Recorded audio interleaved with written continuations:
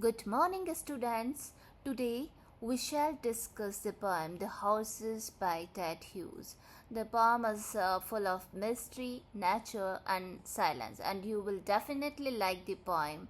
So, before reading the poem, we will discuss about the poet Ted Hughes, and he was born in 1930 Yorkshire, England, and he passed away in 1998. He is one of the major British poets of the 20th century. He is poet laureate of the United Kingdom from 1994 until his death. His poetry is deeply influenced by nature, animals, mythology, and the elemental forces of life. So, nature in his poem is very powerful, mysterious, and sometimes frightening. Animals often represent instinct, energy, and survival. He uses vivid visual, auditory, and sensory imagery. And horses in his poem, so he encountered with 10 horses, okay, before dawn. So landscape moves from darkness and frost to sunrise and light. The horses remain silent and almost stone-like, creating a timeless, mysterious atmosphere. The poem contrasts the enduring natural world with noisy, changing human life. So, what is the setting of the poem? It is a called dark moorland before dawn. 10 huge, motionless horses are there and they are not moving, they are not steering, and darkness gradually changes into sunrise. Atmosphere is called silent and mysterious, dreamlike, gradually transformed by light. And so, what is the central idea? A powerful encounter between the poet and nature. The horses appear mysterious, massive, and almost timeless. So, now we shall discuss line by line explanation. And I climbed through woods in the hour before dawn dark. So this is the first line of the poem, and here we will understand it through this picture. So you can see in this picture that a man or the poet is walking through the forest before dawn, and when it is still very dark, okay, and the time is early morning. The whole earth, as you can see, is covered in the darkness as the night has not yet ended and the daylight is just about to begin. अभी तक सवेरा हुआ नहीं है.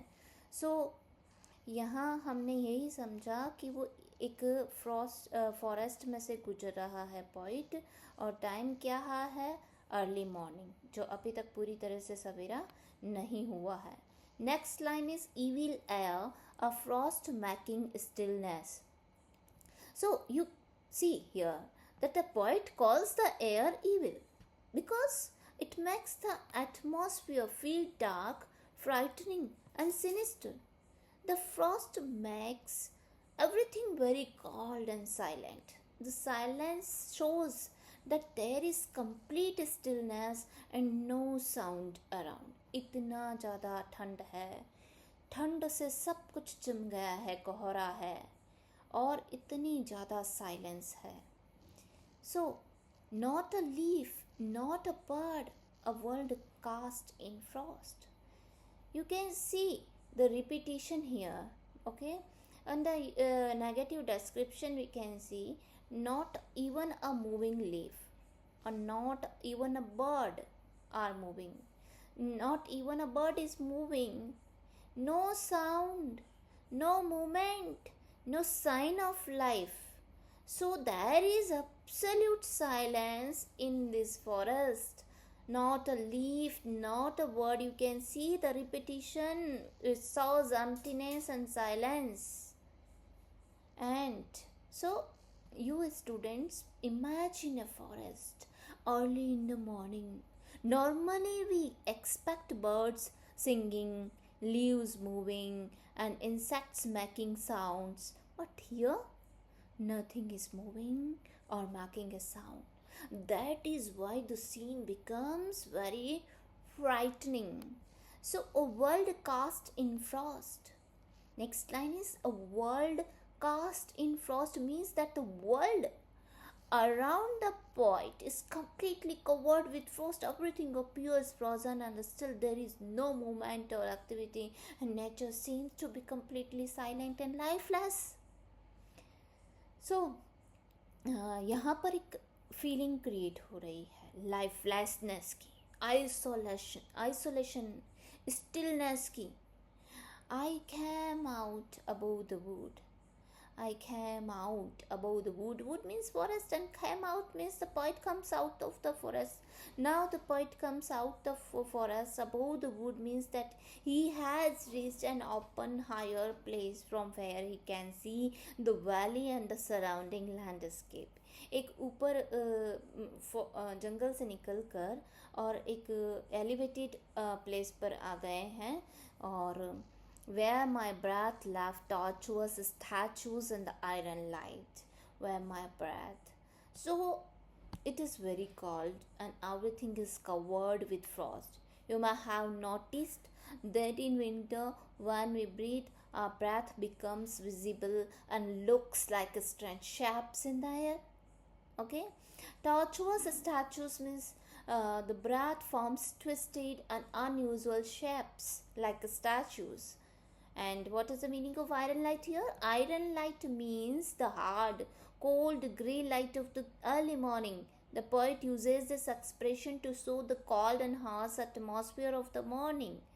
So सुबह इतनी ज़्यादा cold है कि जब पोइट सांस लेता है, छोड़ता है बाहर, तो जो हवा है इतनी ठंड है ना बाहर, तो उसकी वजह से जो सांस है वो जो है जब बाहर निकलती है तो वो ट्विस्टेड और स्ट्रेंज शेप्स बनाती है.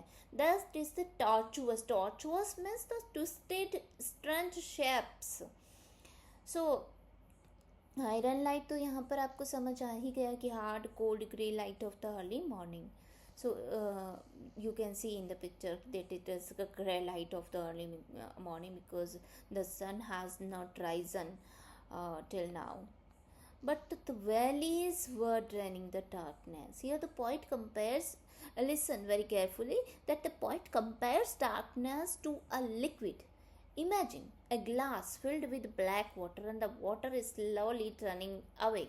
And when the water will drain away, the glass will, we can see the glass, not the black water. In the same way, the darkness in the valley is slowly disappearing. The daylight begins to appear. The poet uses this comparison to show the gradual change from night to morning. So the darkness in the valleys was gradually disappearing as the daylight spread, till the moonline, blackening rags of the brightening grey, halved the sky ahead. Till the moorline. So, moorline, moor क्या होता है? That is a large open area of uncultivated highland. मूरलाइन की dark जो boundary है, यहाँ पर जो आपको दिखाई दे रहा है ना, जो होराइजन पर आपको जो दिखाई दे रही है dark boundary, that is the moor line. Till now the sky was dark grey. अब तक जो हमारा स्काई था डार्क ग्रे था, लेकिन as the darkness slowly disappears it become lighter grey. बिल्कुल डार्क था, अब जैसे जैसे थोड़ी थोड़ा अंधेरा गायब हो रहा है, थोड़ा कम ग्रे हुआ, मतलब थोड़ी सी रोशनी आई. The morning light is gradually spreading across the sky. The blackening drags क्या है? Blackening drags suggest the last little bit of darkness that remains. थोड़ा सा जो डार्कनेस जो रह गया है. The black moonline looks like the last remaining darkness against the increasingly bright grey sky. So एक बहुत ही ब्यूटीफुल विजुअल इमेज हम डॉन की देख सकते हैं यहाँ पर, कि rising light slowly pushes away the darkness, changing the whole landscape from night to morning. So पूरा आपको समझ में आया कि पहले ग्रे स्काई था, black moor line is there, you can see. So sky अभी भी ग्रे है, बट ग्रे कलर जो है ना वो ग्रेजुअली लाइट हो रहा है. डार्क ग्रे से लाइट ग्रे हुआ, फिर मॉर्निंग लाइट हुई, फिर लास्ट रिमेनिंग जो रहा है लाइट का थोड़ा सा असर है अभी ग्रे लाइट का. तो वो धीरे धीरे वो भी ख़त्म हो जाता है। अब हम यहाँ पर बात करते हैं हाउ ड the sky ahead. So imagine कीजिए कि यहाँ जो पॉइंट के सामने स्काई है ना, यहाँ मूर लाइन है, एक डार्क हॉरिजेंटल लाइन है जो बीच में दिखाई दे रही है आप लोगों को। This moor line seems to divide the sky into two parts. Okay, the dark line of the moorland appear to divide the brightening sky into the two halves. Okay, दो भागों में ये बांटती दिखाई दे रही है। हम अब आगे की ओर बढ़ते हैं, जिसमें हम नेक्स्ट स्टेंजा की तरफ चलेंगे। तो अब जो है पोइट हॉर्सेस से मिलते हैं यहाँ पर। And I so the horses. Then the poet comes to the horses. So poet is now going to introduce the central visual image of the poem, the 10 horses. So यहाँ पे जो है कह रहे हैं पोइट कि जंगल और वैली से आगे बढ़कर अब वो हॉर्सेस को देखते हैं। अब इस स्टेंजा हम देखेंगे कि जो पोइट है वो हमारे हॉर्सेस का एक डिटेल्ड डिस्क्रिप्शन देते हैं, और जिससे कि स्पीकर के सामने एक extraordinary scene suddenly appear हुआ हो। So I saw the horses huge in the dance grey 10 together. तो 10 हॉर्सेस एक साथ दिखाई देते हैं। So now the poet describes the horses. There are 10 horses and how they are built. They are huge, they are strongly built. Their large size and powerful bodies make them look strong and impressive. Megalith still, they breathed, making no move, with draped manes and tilted hind hooves making no sound. So अब देखते हैं हम, megalith means very large ancient stone often found in the prehistoric monuments. एक बहुत बड़ा पत्थर है। So point compares here the horses to huge standing stones because they are completely motionless. Normally क्या होता है कि जब भी हॉर्सेस होते हैं ना, वो सीधे खड़े नहीं हो सकते हैं, पत्थर की तरह नहीं हो सकते। They horses move their legs, breathe, shake their manes और make some sound, but these horses are standing absolutely still and silent, just like enormous stones. This comparison makes the horses appear powerful, mysterious, and almost lifeless. So they breathed, making no move, with draped manes and tilted hind hooves. So these horses were as motionless as whose standing stones. So यहाँ पर बिल्कुल ही वो stone की तरह है। तो they breathed. तो they breathed means that the horses are alive because they are breathing, but they are not moving at all. Breathing is sign of life, but still there is no movement. It is appearance of lifelessness. So there is a sharp contrast here, you can see. So he deliberately create this contrast here. The horses are alive, but their complete stillness make them look almost like statues. So with trapped manes and tilted hind hooves, अब वो physical appearances की बात कर रहा है यहाँ पर। Now the poet describes the physical appearance of the horses. Trapped manes means horses have long hair hanging down from their necks. So you can see the 10 horses are there, and there are draped manes, long hanging hair down from their necks, and tilted hooves means hooves are positioned at an angle, especially as they stand with their back legs slightly tilted. You can see the description makes the horses look strong, heavy, and still almost like statues.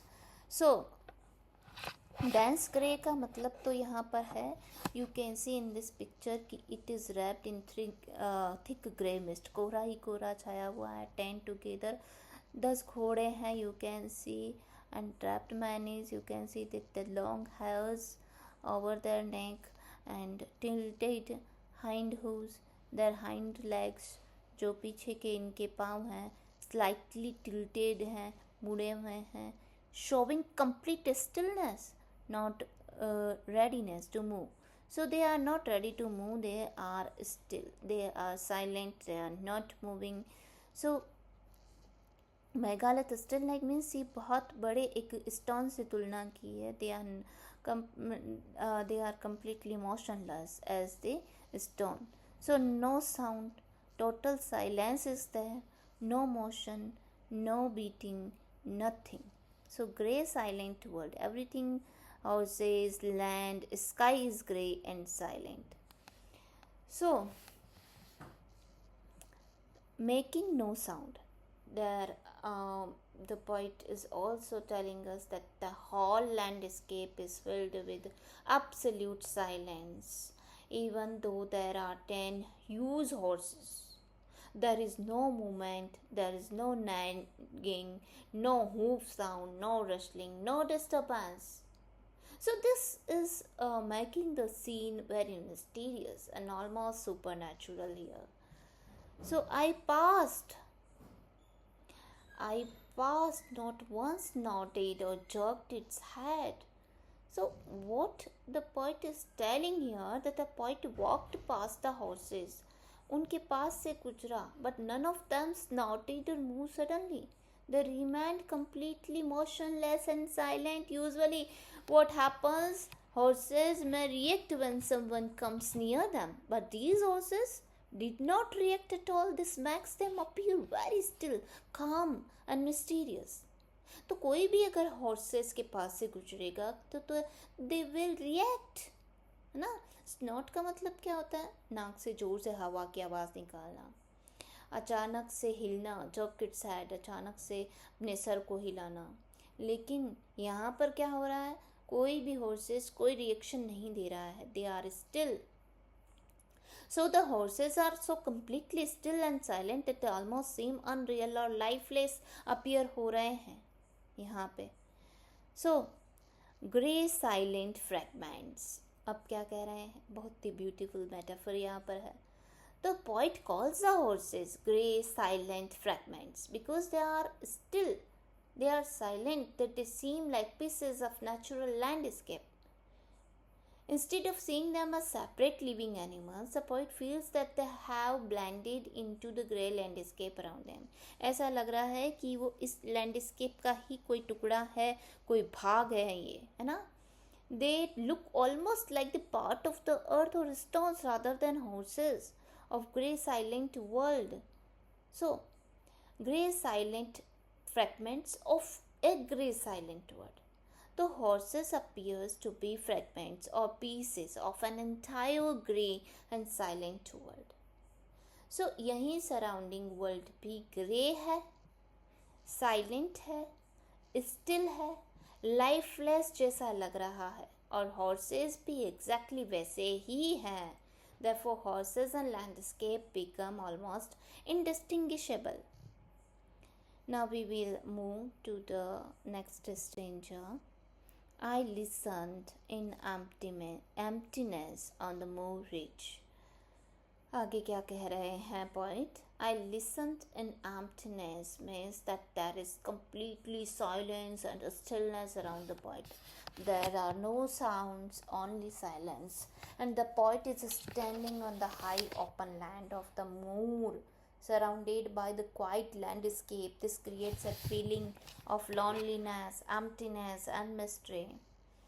So यहाँ पर क्या कह रहे हैं, इतनी silence है ना, इतनी शांत है वातावरण. तभी क्या होता है, the curlew deer turned its eyes on the silence. तो now the poet mentions a bird called curlew. So the curlew makes a sharp plaintive cry which certainly breaks the deep silence of the surrounding. अब तक जो इतनी silence थी उसे कार्लियो की आवाज़ ने जो है वो छेड़ दिया है. The bird's cry is clear, sad, and piercing, so it stands out strongly against the otherwise silent and still atmosphere. कर्ल्यू क्या है? लॉन्ग कर्व्ड बीक वाला मूरलैंड बर्ड है. सो कर्ल्यूस टीयर का क्या मतलब है? कर्ल्यू की क्राई, उसकी पुकार, उसकी आवाज़ और आवाज़ को ना आंसू के रूप में इमेजिन करता है कभी यहाँ पे. So turned its edge on the silence. Curlew की जो शार्प थिन जो आवाज़ है उसने डीप साइलेंस को कट कर दिया है. तो कंप्लीटली साइलेंस थी. सडनली अ कर्ल्यू क्राइज और उसकी आवाज़ साइलेंस को कट करती हुई फैलती है. सो एज क्या है? Edge gives the image of something sharp like a knife edge. So slowly detail lift from the darkness. Slowly detail lift from the. बहुत ब्यूटीफुल मेटाफर. नॉर्मली हम क्या कहते हैं? Things slowly became visible as the dawn came. जैसे जैसे सवेरा होता है धीरे धीरे सारी ब्यूटीफुल चीज़ें हमें दिखने लगती है ना प्रकृति की. बट यहाँ पे क्या कह रहे हैं point? Detail lift from the darkness. Lift का कनेक्शन लीव्स ओपनिंग से है, अनफोल्डिंग से है. जैसे एक प्लांट में लीव्स स्लोली अनफोल्ड करती है वैसे ही डार्कनेस में जो हिडन ऑब्जेक्ट्स के डिटेल ग्रेजुअली अपीयर होने लगते हैं. सो डार्कनेस अभी था, बहुत ज़्यादा डार्कनेस था, हमने पहली वाली पिक्चर में देखा. फिर क्या होता है धीरे धीरे, जैसे कि आप इमेजिन कर सकते हो कि जैसे जैसे धीरे धीरे सवेरा होता है हिल्स दिखाई देने लगती है, ग्रास दिखाई देने लगती है, हॉर्सेस की शेप्स क्लियर होती है, लैंडस्केप की छोटी डिटेल्स दिखाई देने लगती है ना. So as dawn increased, the hidden details of the landscape gradually become visible. Then the sun, orange, red erupted.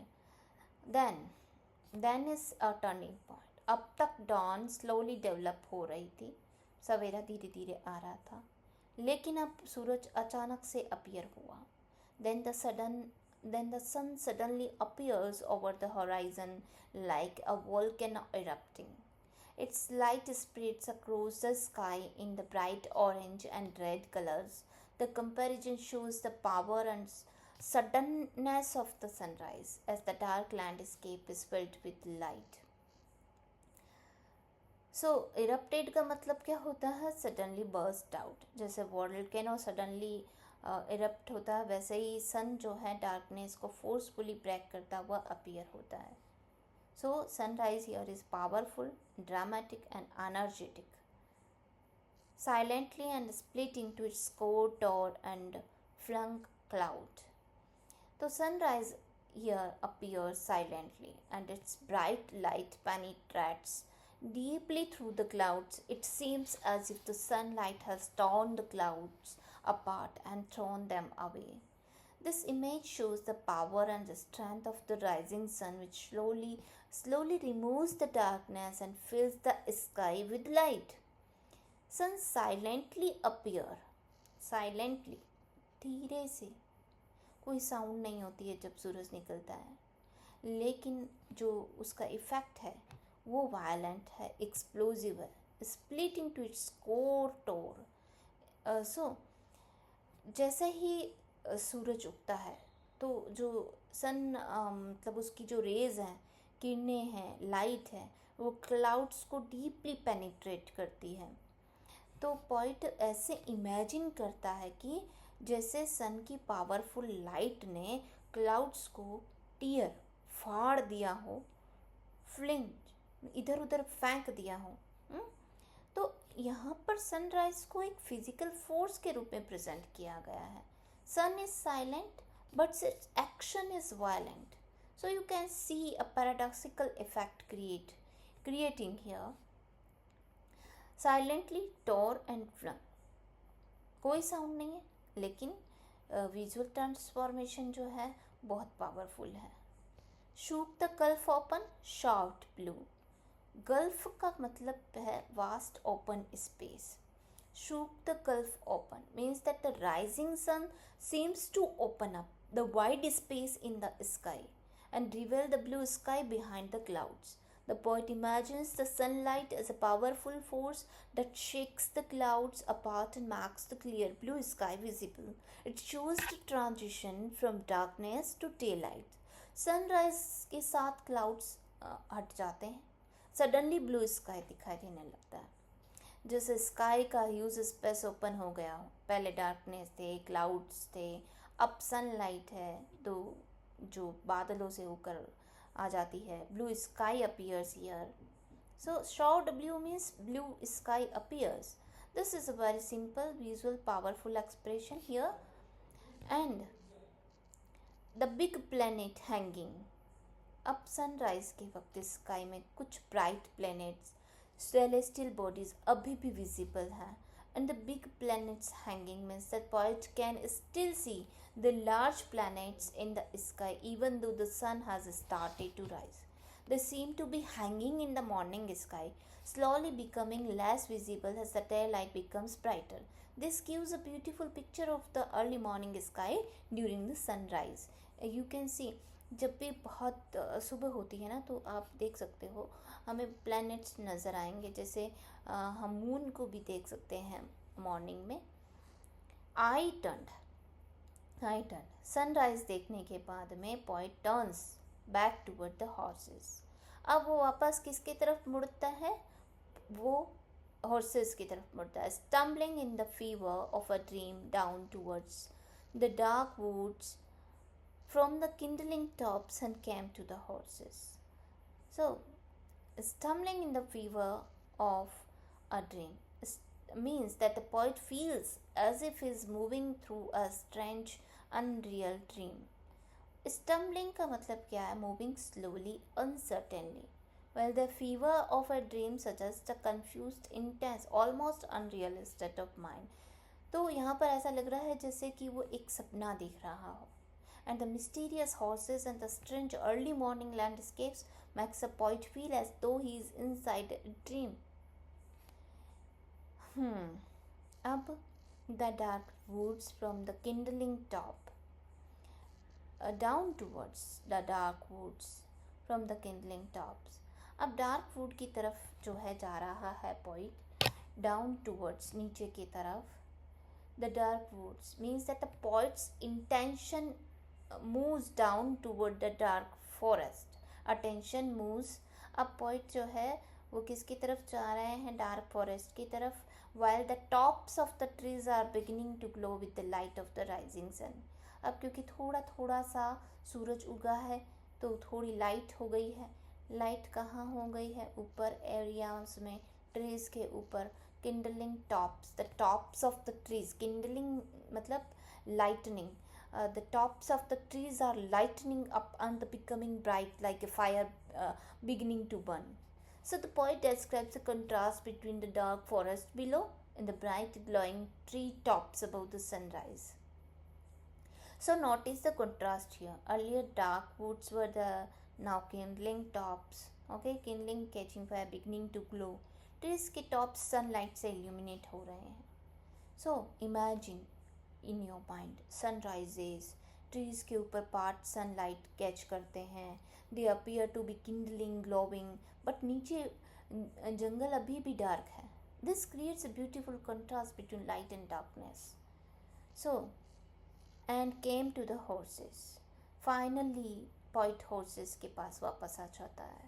This is significant because the poem began with the speaker encountering the mysterious horses in the darkness, and after witnessing the sun rising, he returns to them. So this is horses. What is horses becomes a central mysterious image of the whole experience here. Now we can see this by a picture. I listened in emptiness on the moor ridge. So the picture, in this picture, the whole land is silent because of the stillness and the frost and the Kalyu steer turned its eyes on the sun, and this is the bird Kalyu, slowly detail leafed from the darkness. अब जैसे जैसे सवेरा हो रहा है तो क्या हो रहा है, जो डिटेलिंग है we can see clearly shook, then the sun orange red red erupted, तभी सूरज उगता है और जो आप देख सकते हैं जो कलर है वो है orange red red, silently and split into its core and front cloud. तो जो बादल हैं उससे सूरज की जो किरणें हैं वो निकल कर आ रही हैं। Shook the कल्फ open shocked blue, और जैसे ही सूरज उगता है तो क्या होता है, जो ओपन स्पेस है और हमें क्या हो रहा है, जो नीला आसमान है वो दिखाई दे रहा है। द बिग बिग प्लैनेट्स, ये प्लैनेट्स हैं जो हमें दिखाई दे रहे हैं, और फिर कभी क्या हो जाता है, मुड़ जाता है वहाँ से, stumbling in the fever of dream down towards dark woods from the kindling top. So जो ट्रीज हैं उनके ऊपर का जो ऊपर का एरिया है that is glowing on he now the poet is going towards the dark woods again and came to the horses। अब जो है वापस वो horses की तरफ आ जाता है। Now there is still the stood but now steaming and glistening under the flow of light। There means वहीं जगह पर जहाँ पर पोइट ने पहले हॉर्सेस को देखा था, तो स्टिल दे स्टूड देयर, अभी भी वो वहीं पर खड़े हैं, and they are completely still, कोई भी मूवमेंट नहीं है, कोई भी साउंड नहीं है, but now steaming and glistening under the flow of light. लेकिन अब एक चेंज है, दे आर ग्लिसनिंग, वो चमक रहे हैं सूरज की रोशनी से, as you can see in this picture. तो अब तक तो वो डार्कनेस में थे ना, पहले वाली पिक्चर में ग्रे जैसा एटमॉस्फेयर था, डार्कनेस था, लेकिन अब जब सूरज की रोशनी आ गई है, सनलाइट हैज अराइव्ड, तो दे आर स्टीमिंग। मतलब अब जो आपने देखा कि बहुत ज़्यादा ठंड थी तो इन घोड़ों के ऊपर भी बर्फ़ जमा हो गई थी, अब जैसे जैसे सूरज की लाइट इन पे पड़ रही है, टेम्परेचर बढ़ रहा है, तो इनके अंदर से भाप निकलती हुई दिखाई दे रही है।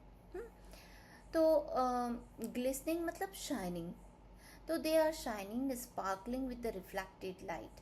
फ्लो ऑफ लाइट मतलब यहाँ पर लाइट को पोइटिक लिक्विड फ्लोइंग सब्सटेंस की तरह इमेजिन कर रहे हैं, जो लैंडस्केप और हॉर्सेस के ऊपर फ्लो कर रही है। So that wrapped stone mayonnaise the tilted hind hooves.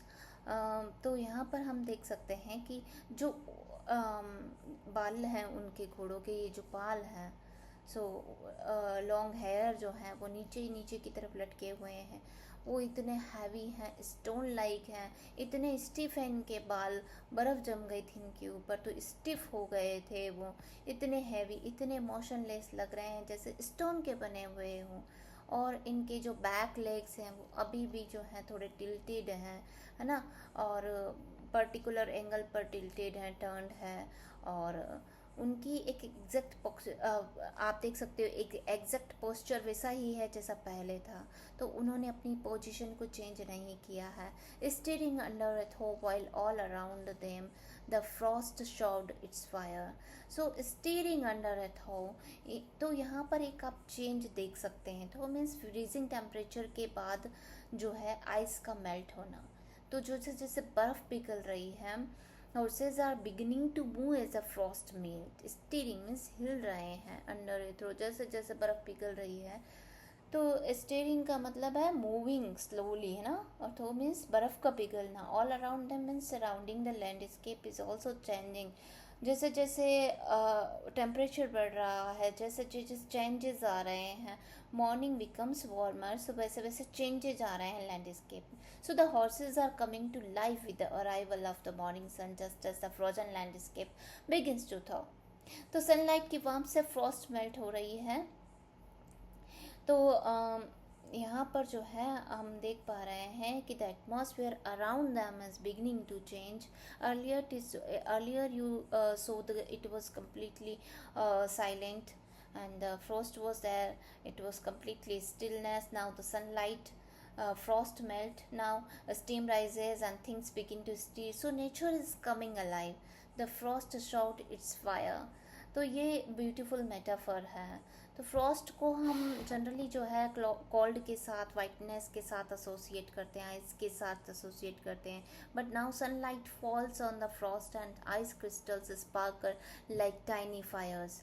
तो फायर का मतलब यहाँ पर ऐसा नहीं है कि एक्चुअल फ्लैम्स है, but it means bright flashes, sparkles of the sunlight reflected by the Frost. They look like little flames or fires, but so this.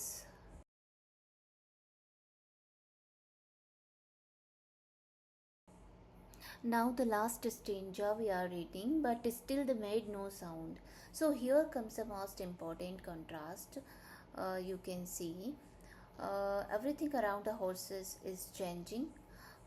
The sun has risen, steam is rising, frost is melting, and frost is sparkling. Landscape is becoming bright, but horses remain silent. The word is still again emphasizes the mysterious nature of the horses. Even after sunrise has transformed the entire landscape, the horses do not snort, moo, or make any sound. This makes this atmosphere supernatural or dreamlike. Not once snorted or stamped. Not once snorted. Started means horse के नाक से जोर से हवा की आवाज़ निकलना। Stamped मतलब हॉर्स का अपना हूफ को ज़मीन पर पटकना। नॉर्मली जब ऐसा होता है कि कोई भी अनफेमिलियर पर्सन उनके पास जाता है तो वो स्नॉट कर सकते हैं, अपने हूफ पटक सकते हैं, हेड मूव कर सकते हैं, लेकिन नॉट वन स्नॉटेड और स्टैम्प्ड। एक भी हॉर्स ने कोई रिएक्शन नहीं दिया। तो ये उनकी एक्स्ट्रा ऑर्डिनरी स्टिलनेस और साइलेंस को एम्फसिस करता है। Their hung heads patient as the horizons. यहाँ एक बहुत ब्यूटीफुल सिमली है। Their hung heads patient as the horizons means the horses are standing with their heads hanging down quietly and patiently. The poet compares their calm lowered head to the horizons, which are also still quiet and peaceful. The comparison shows the horse's patience, calmness, and deep stillness that seem completely relaxed as they wait in the early morning. So, next, high over valleys in the red leveling rays. High over the valleys means that the horses are standing high above the valleys while the red rays of the rising sun are spread across the landscape. So, high over the valleys means horses are standing on high ground above the valleys. Leveling rays means the red sunlight of the early morning spreads evenly across the land. So the poet shows a beautiful sunrise scene with the horses standing on the high ground and the red morning light falling over the valleys. In the din of crowded streets going among the years of fishes, may I still meet my memory in so lonely a place. In the din, din of the crowded streets means the loud noise and busy activity of the city streets. Going among the years means moving through the passing years of the life. The faces means many people and their changing faces whom he meets in the life. So the poet contrasts the peaceful, silent world of the horses and nature with the noisy, busy human world. Din का मतलब होता है noise और disturbance. So din of the crowded streets means busy city life का noise or chaos. So imagine traffic, crowds, voices, busy streets. और यहाँ पर quiet moorland का complete opposite है वो. Going among the years, the faces. तो poet अपनी future life imagine कर रहा है. He will continue to live through the passing years among many people, seeing countless faces in crowded streets. So the poet is imagining his return to ordinary human society and everyday life. May I still meet my memory in so lonely a place. So the poet wonders whether even in the busy future of life he will still be able to remember this lonely and peaceful place. He feels that the experience of seeing the horses in the quiet landscape is deeply memorable. He hopes that this memory will remain with him even when he returns to the crowded and noisy world of people. So here he asks, will I still able Will I still able to remember this extraordinary experience when I am back in the ordinary life? So, Meet My Memory is a beautiful experience. It treats memory almost like a person whom he might meet again. The lonely place is the moorland where he encountered the horses. So he hopes that even after returning to the crowded cities and passing through many years and phases, he will still be able to return mentally to this lonely natural landscape through memory. Between the streams and the red clouds, hearing Kalyu. Now he mentally returns to the landscape. The poet remembers himself standing among the streams under the red clouds of sunrise while listening to the sad, sharp cry of the Kalyus.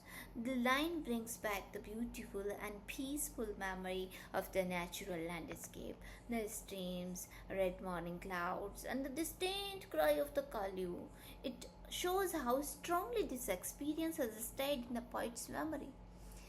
Hearing the horizon endure. So,